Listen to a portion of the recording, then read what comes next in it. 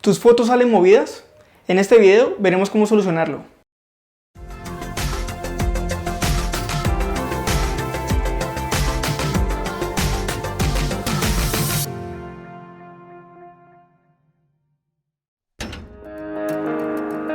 Piensa cuántas veces has tomado fotografías como esta, en la cual, pues si bien viéndolas a pantalla completa, piensas que están correctas, piensas que están completamente nítidas, pero al acercarlas al 100% nos damos cuenta que están trepidadas, que están un poco movidas. O pues directamente fotografías como esta, en las cuales, pues aún viéndolas a pantalla completa, ya es evidente que están bastante movidas. Pues en este video aprenderemos cómo pasar de una fotografía como esta a una como esta, controlando completamente el resultado. Ok, la principal causa de que las fotografías salgan movidas es porque no se tiene en cuenta una relación que existe entre la velocidad de obturación y la distancia focal que estamos utilizando. La distancia focal es el numerito que tenemos en el objetivo, el que aumenta cuando hacemos zoom. Si tomas una fotografía en 55 milímetros, pues entonces podrías decir que tomaste una fotografía con una distancia focal de 55 milímetros. Cuando la distancia focal es muy pequeña, por ejemplo un 18 milímetros, pues nos va a permitir ver un gran ángulo de visión, una gran parte de la escena. Pero por el contrario, cuando es muy grande, es decir, por ejemplo un 200 milímetros, pues va a acercar mucho la imagen y nos va a permitir, por ejemplo, fotografiar cosas que están muy lejos de nosotros. Si te interesa saber un poco más sobre la distancia focal, por aquí te dejo un video donde explico mejor esto. Pero entonces, ¿qué tiene que ver la distancia focal con que nos salgan movidas las fotografías?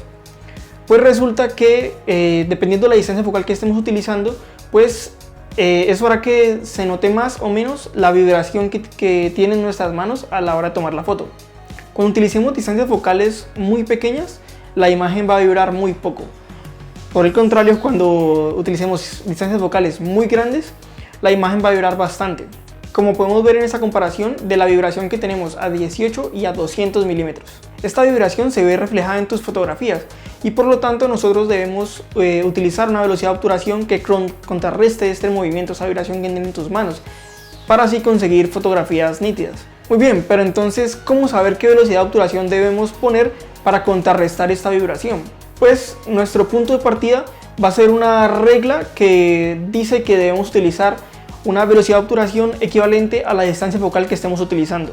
Es decir, que si por ejemplo estás utilizando una distancia focal de 50 milímetros, la menor velocidad de obturación que vas a poder poner para que tus fotografías salgan nítidas, para que no te salgan movidas, será de 1/50. Aquí obviamente pues también podrías utilizar velocidad de obturación mucho más rápidas, pero si utilizas velocidad de obturaciones más lentas, como podría ser 1/25, 1/10, un segundo, pues estás ya arriesgándote a que las fotografías te puedan salir movidas. O bueno, pues por poner otro ejemplo, si estás utilizando una distancia focal de 30 milímetros, pues la menor velocidad de obturación que deberías utilizar para asegurarte que tus fotos no vayan a salir movidas será de 1/30. Pero además tendrás que tener en cuenta otro factor, que es el factor de recorte que tiene el sensor de tu cámara. ¿Y qué es el factor de recorte? Pues resulta que los objetivos de nuestras cámaras proyectan una imagen de un tamaño estándar, de un tamaño de un sensor full frame. Pero existen muchos otros tamaños de sensores en el mercado, como por ejemplo el sensor tamaño APS-C. Este es un sensor un poquito más pequeño que el sensor full frame. Se ve en cámaras, por ejemplo, bueno, hablando de reflex, las podemos encontrar en Nikon, en la Nikon D7500, D7200, en la Nikon de todas las de la gama 5000, todas las de la gama 3000, la Nikon D500, bueno, son más las reflex que tienen tamaño APS-C. Con un factor de recorte 1.5, las Canon pues vienen siendo la T6i, la T6, bueno, todas estas, también la 70D, la 80D y la 7D. Esas son las cámaras de Canon reflex que tienen sensor APS-C. Las APS-C de Canon tienen un factor de recorte de 1.6 y las de Nikon de 1.5. Pero además de eso, por ejemplo, hablando de mirrorless, vamos a tener las gamas, por ejemplo, la de Sony, las Sony Alpha 6000, todas esas son tamaño APS-C de sensor. Muchas de las mirrorless de Sony, de Fujifilm, perdón, son APS-C también. Todas esas con un factor de recorte de 1.5. Pero además de eso vamos a tener, por ejemplo, las micro 4 tercios, como las cámaras de Olympus o las Panasonic GH4, GH5, que esas van a tener un factor de recorte de 2. Cuando la imagen que proyecta el objetivo de nuestra cámara es más grande que el sensor que tenemos, pues no vamos a estar utilizando toda la imagen que este objetivo proyecta. Por lo tanto, va a aparecer como si hubiéramos acercado la imagen. Es decir, que va a aparecer como si hubiéramos utilizado un objetivo de una distancia focal un poco más larga. Exactamente el número del factor de recorte más grande. ¿Qué quiere decir esto? Pues bueno, por ejemplo, que si tomamos una fotografía con una cámara full frame, esta fotografía la tomamos con un 50 milímetros, pues nosotros estaremos utilizando toda la imagen que está proyectando este objetivo. Por lo tanto, pues no tendremos factor de recorte, el factor de recorte será 1. Tendremos que multiplicar la distancia focal que estamos utilizando por el factor de recorte para nosotros conseguir la distancia focal real que estamos utilizando. En el caso de la full frame, al tener factor de recorte 1, pues si tomamos la foto con el 50 milímetros, estaremos a 50 milímetros reales. Pero por ejemplo, si yo tomo la foto con mi Nikon D7500, con la cual estoy grabando este video, que es una cámara APS-C, que tiene un factor de recorte de 1.5, y tomo la foto con el mismo 50 milímetros, pues tendremos que multiplicar ese 1.5 por los 50 milímetros que tiene el objetivo. Por lo tanto, la distancia focal real que estaría utilizando sería de 75 milímetros. O si por ejemplo utilizo este mismo objetivo de 50 milímetros con una Panasonic GH5, por ejemplo, que es una micro 4 tercios que tiene factor de recorte de 2, pues entonces tendré que multiplicar ese 2 de factor de recorte por el 50 milímetros del objetivo y tendré que la distancia focal real que estoy utilizando es de 100 milímetros.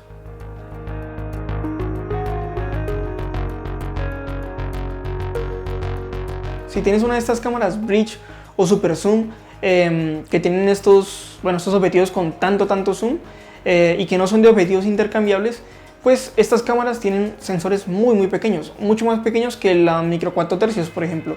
Por lo tanto, tienen factores de recorte muy grandes. Es decir, por ejemplo, mi primera cámara que tuve fue una de estas bridge que se llamaba era una Panasonic Lumix FZ70. Y esta Panasonic decía que tenía un objetivo de 20-1200 milímetros, pero ya tenía aplicado el factor de recorte, un factor de recorte bastante grande. Realmente era un objetivo de 3.6, 215 milímetros, es decir, tenía un factor de recorte de más o menos de 6, era un sensor muy pequeño. Esto es básicamente lo que es el factor de recorte. Te recomiendo buscar qué tamaño de sensor tiene tu cámara y así saber exactamente cuál es el factor de recorte que tienes. Y bueno, entonces ¿para qué es importante esto? Pues porque también hay que aplicar el factor de recorte a la distancia focal que nosotros estamos utilizando para así poder calcular la velocidad de obturación necesaria para que nuestras fotos no salgan movidas. Por ejemplo, volviendo a utilizar mi cámara como ejemplo, al tener un factor de recorte de 1.5, si yo utilizo un objetivo, por ejemplo, de 100 milímetros, pues tendré que multiplicar esos 100 milímetros por 1.5, así que tendré una distancia focal real de 150 milímetros. Por lo tanto, la menor velocidad de obturación que yo debería utilizar para asegurarme que no me van a salir las fotografías movidas, pues va a ser de 1 partido 150. Esto, claro, también variará pues según el pulso que tengas, según la técnica que tengas para coger la cámara, que es muy importante, y según también de la respiración que utilices a la hora de tomar las fotografías. Si tú eres como yo, que sientes que tienes muy mal pulso, pues entonces debes también tenerlo en cuenta y pues sumarle un poquito a esa velocidad de obturación, utilizar velocidad de obturación un poquito más rápidas de las que obtendríamos con esta regla.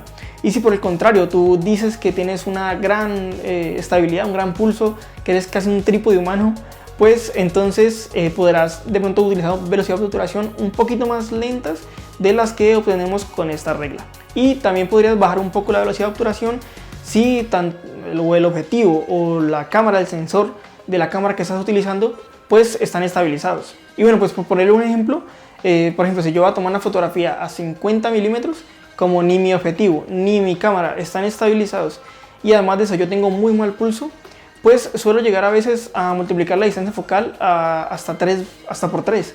De esta manera, más o menos con un 50 milímetros, para yo estar completamente seguro, no bajaría la velocidad de obturación de 1 partido 160. Así pues, volviendo a los ejemplos que vimos al principio, pues vamos a ver que la fotografía que nos quedó completamente nítida fue tomada con un 50 milímetros y con una velocidad de obturación de 1 partido 200. Cumple perfectamente con esta regla. La segunda, la que parecía, cuando estaba en pantalla completa, parecía que estaba nítida, pero al acercarla al 100% pues ya se notaba que estaba trepidada, que estaba movida, pues fue tomada con una velocidad de obturación de 1 partido 50. Y pues como vimos, a pesar de que 50 milímetros y 1:50, digamos, cumpliría esta regla para una cámara full frame, pues fue tomada en una cámara APS-C con un factor de recorte de 1.5. Y pues además se la tomé yo, que tengo bastante mal pulso, entonces habría necesitado una velocidad de obturación mucho mayor. Y bueno, pues la que salió movida, la que se ve movida aún cuando está en pantalla completa, pues fue tomada con el mismo objetivo de 50 milímetros a una velocidad de obturación de 1:25, por lo cual obviamente estaba tan baja esta velocidad de obturación que era obvio que nos iba a salir movida la fotografía. Incluso cuando estés tomando modos semiautomáticos o completamente automáticos tendrás que tenerlo en cuenta, ya que, como podemos ver en este ejemplo, cuando estás en una situación de poca luz, la cámara suele dar valores bastante lentos de velocidad de obturación, pudiendo ocasionar que tus fotos salgan movidas. Este balance entre velocidad de obturación y distancia focal tendrás que tenerlo en cuenta siempre que vayas a tomar una fotografía, excepto 4 situaciones. Las primeras 3 son bastante obvias y son: la primera, pues que tú quieras tomar una fotografía donde dejes una parte de los objetos de la fotografía movida, entonces claramente no vas a tener que seguir esta regla. Otra de estas es cuando pues estamos utilizando trípode, obviamente no tienes que seguir la regla, puedes bajar mucho más la velocidad de obturación. Y bueno, el tercero es cuando por ejemplo quieres fotografiar algo que está moviéndose muy rápidamente y lo quieres congelar.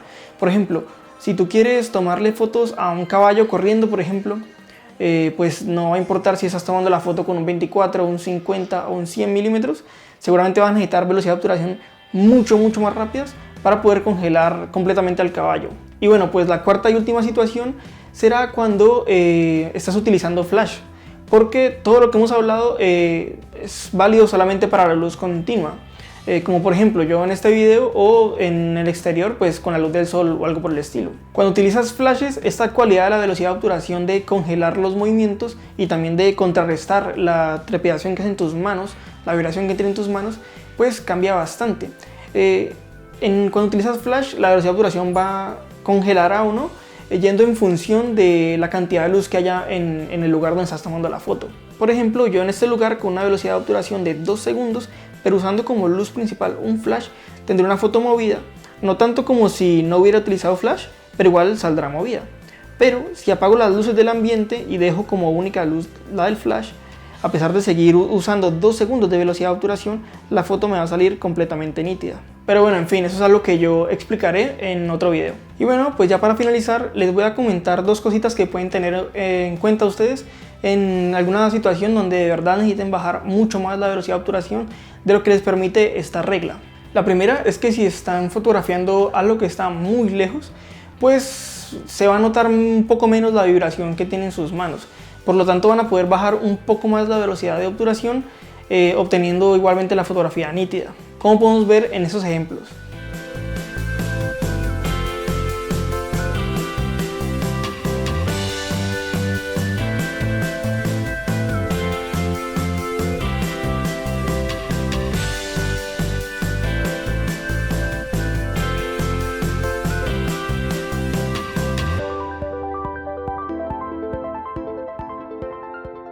Como ven, la trepidación se nota un poco menos al estar fotografiando algo lejano.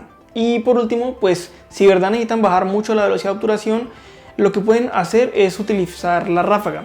¿Por qué? Porque lo que más hace que nuestras manos vibren, lo que más mueven la fotografía, es el momento en que nosotros presionamos el botón disparador.